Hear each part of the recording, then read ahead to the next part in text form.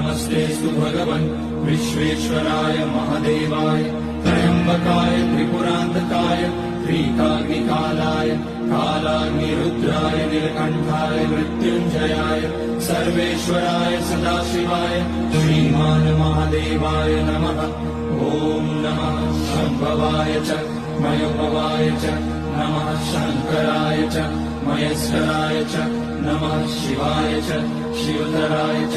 ॐ त्र्यम्बकं यजामहे सुगन्धिं पुष्टिवर्धनम् उर्वारुकमिव बन्धनान् मृत्योर्मुक्ष्यमामृतात्।